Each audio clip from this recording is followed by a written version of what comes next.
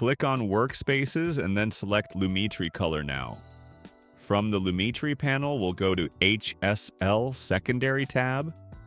We click the pipette tool and select the color of your shirt or your eye or whatever object you're using. Then we're going to use the HSL controls to make a mask from this color. But before we do this, we're going to check the color gray checkbox. This will be way easier to make the selection. Now everything that is gray will be invisible and the colored parts will be visible, so it's kind of a mask, but not really. It's more like a selection that you're making. The H stands for you.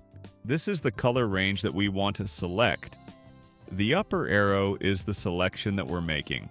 For instance, all of the blues are yellows and the bottom arrow is the amount of feather next is ES, which stands for saturation.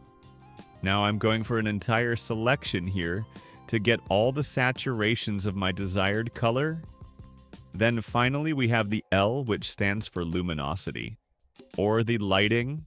Again, my selection here is going to be quite big because I want each part of my shirt. Now, of course, all of these properties depend on your shot, so play around with the selectors until your complete object is colored and all the rest is gray. Then we're going to refine the selection with a bit of blur.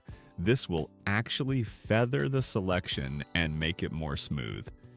And then we have the most fun part, the color correction itself from here.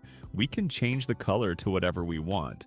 Now, if you want to make some animations with this, you can either place cuts every time the color has to change, and this you can do in the timeline with either the razor tool, edit tool, or whatever tool you like.